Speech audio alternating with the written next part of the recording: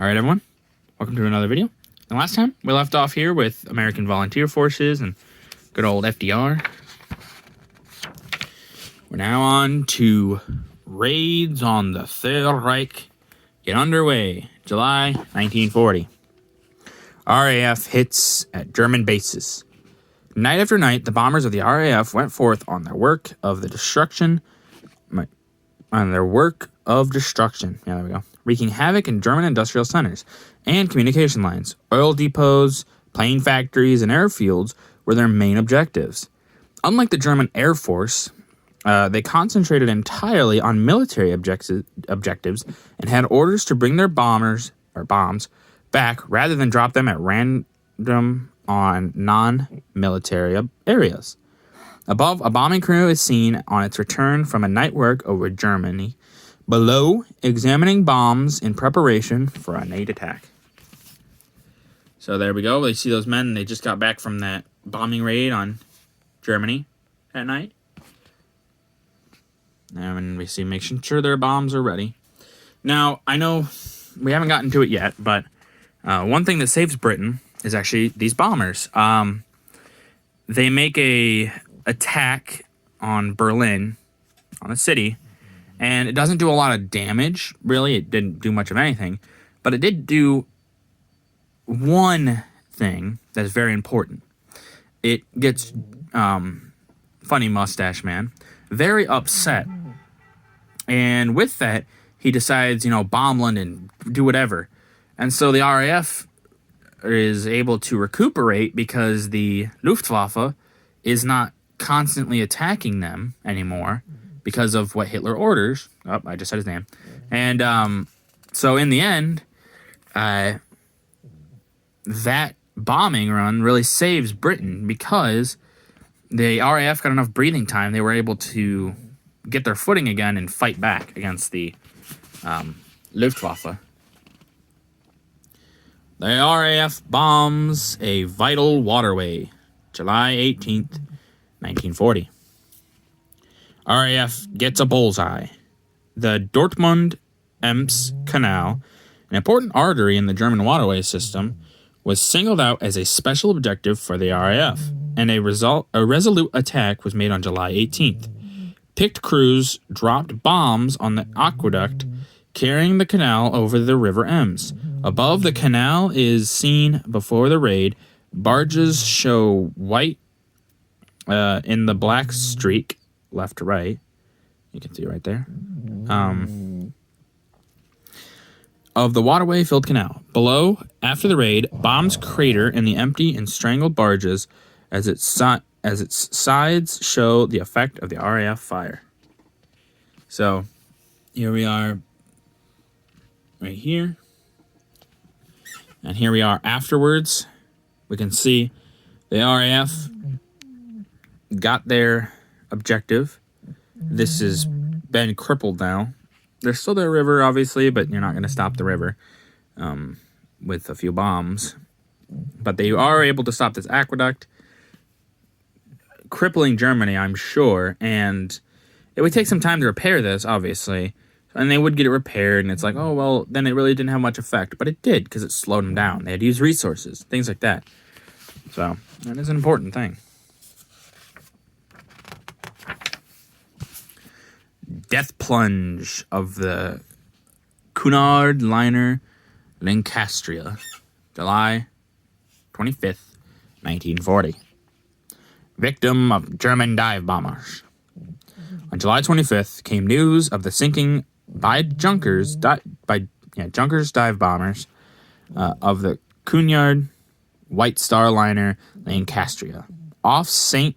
Nazaire, while evacuating British troops from France on June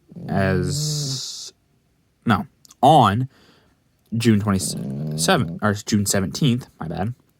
More than half of the 5,000 men on board, mostly British soldiers and airmen, were saved in spite of the fact the ship went under with half an hour of the attack. The above picture, taken from one of the ships that rushed to the rescue, shows the sea dotted with men swimming for safety as the liner keeled over preparatory, yeah, to taking her death plunge. Proprietary? I don't know. But yeah, we see all the men. It looks like just little dots, like someone took a little paintbrush and went. But obviously, this is all men, and they're swimming for safety. Obviously, one of these liners, they'll save a lot of these men. Like they said, many of these men survive, which is good for them. Although it's this happens in war. A lot of ships get sunk. It's very sad. Foreign troops reform their lines in England. July 26th, 1940.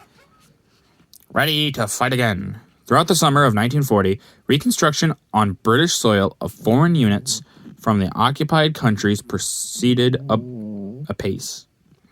On July 21st, Great Britain recognized the Czechoslovak government established in London. Above, Dr. Edward Binns, head of the government, is saluting the colors of a review of Czech troops in southern England. Below, men of the French Foreign Legion, who after fighting at Narvik escaped from England to England from Brittany, and joined General de Gaulle, pass in review. Here we see the Czechoslovakian new leader saluting the colors. You see him right there saluting it. And here we see the troops that they were talking about in Narvik.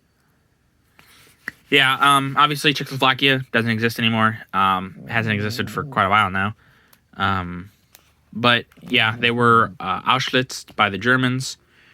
At first only a little bit, but then they were like, they told them, oh, you can only take a little bit of Czechoslovakia. But they took all of Czechoslovakia. So, which, unfortunate for them. And then, yeah, obviously the French troops were ready to fight because, France has been taken over. Air attack on Dover fails. June 29th, 1940. Mass attack on Canal Port. On July 29th, 80 German planes attempted a surprise raid on shipping in Dover Harbor, the largest air fight up to that date off Britain's coast. 19 planes were destroyed by British fighter planes and 2 by anti-aircraft batteries. Against 1 British plane lost and 2 damaged, not a single one of the raiders' bombs fell on land. Above, bursting shells from anti-aircraft batteries are seen in the plane-studded sky as bombs explode in the water well wide of the vessels at anchor. We see it up there, we see all the anti-aircraft guns, and yeah, none of those bombs are hitting anybody. But yeah, the ineffectual bombing raids and things like that on Britain really show we have this idea of the Luftwaffe being very skilled, and they were, but clearly they made very many failed attempts on Britain, which kind of leads to their downfall, Germany's downfall in the long run, because if they would have gotten rid of Britain and then turned to the Soviet Union, they would have had a little bit of a better time, because they're not fighting on 5 different fronts like they were. There wasn't really 5, but it was 3 fronts, really. They're fighting on, the coasts of Britain all the time, basically, until the end of the war almost. And they're fighting in Africa. Eventually they'll be fighting in they'll stop fighting in Africa and be fighting in Europe again. And then they're fighting in the Soviet Union. That's 3 fronts at all times. Pulling resources away, pulling more and more away, crippling their mighty army, as they would have thought.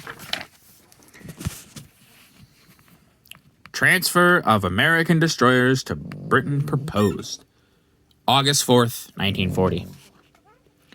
Aid for Great Britain. On August 4th, General John J. Pershing lent his support in a broadcast to a campaign which had been organized in the United States advocating for the sale to Britain of some 50 or 60 of the fleet of decommissioned destroyers, many of them reconditioned, which, since the last war, 1914-1918, have been lying in the Philadelphia Navy Yard, where some of them are seen above.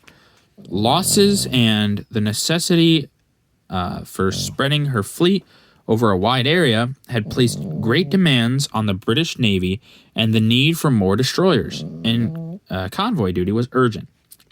50 of the ships were transferred to Britain early in September by a reciprocal agreement in exchange for naval and air bases in British territories in the Atlantic. So we see, yeah, obviously after the First World War, we didn't really need these. We go back to a small army again, because this is the time before America's great army, I guess, is what we have now. So we go back to not being a very big army. We're not a world power really yet. I shouldn't say we're not a world power. We are a world power, just not a great world power. America's kind of just there. We have the potential for power, but we just aren't quite there yet. And then we're going to do these last 2 pages, and that's going to be it for this video. Poland rejoins the fight for freedom. August 4th to 5th, 1940. Poland's new army. On August 5th, an agreement was signed providing for the reorganization of Poland's armed forces in Britain as a separate unit under the Allied High Command. Above, General Władysław Sikorski. There we go. Władysław Sikorski. Don't know if I pronounced the first name, but the last name I think I did pronounce actually right. Poland's premier and commander-in-chief decorates the colors of the Polish Highland Brigade, which fought at Narvik. Below, the British flying boat Clare, which took off of the American... Which took off for America when Britain resumed transatlantic air service on August 4th, unloading in England after her first round trip. So there we see the British colors, or the Polish colors, my bad. Are they touching the ground? I don't know if that's fine there, but here that would be considered like the flag that you just desecrated that flag. And I'm not really supposed to touch the ground. And yeah, obviously we have a boat plane. It's really weird looking. Glad we don't have those no more. No, we do kind of, but... Britain prepares for war in the desert. August 6th, 1940. Egypt awaits invasion. As Italian concentrations were massed for action on the Libyan border in early August, British and Dominion troops in the western desert prepared to receive them, dealing destruction meanwhile on Italian planes, which raided Alexandria and the inland airfields and desert bases. Above, a British Signal Corps detachment is seen training in the desert, while below, Egyptian gunners are manning anti-aircraft guns at a coast defense post. Repairing in the desert. And yeah, I would be like, if I was them, I would want shorts too. It's hot in the desert, especially, northern Africa. So, do whatever you can to stay cool, things like that. Obviously, the war in Africa is going to cripple the German advance. It's gonna ruin them. And Italy, it's going to show their incompetence and things like that in here. So, and then we have the Egyptians preparing to defend their land, whatever the cost, I'm sure. Very admirable and honorable, I would say, of these men. All right, well, that's going to do it for this video. If you liked the video, leave a like. If you didn't, leave a comment. Tell me what I can improve on. And as always, subscribe. It really is appreciated. Thank you.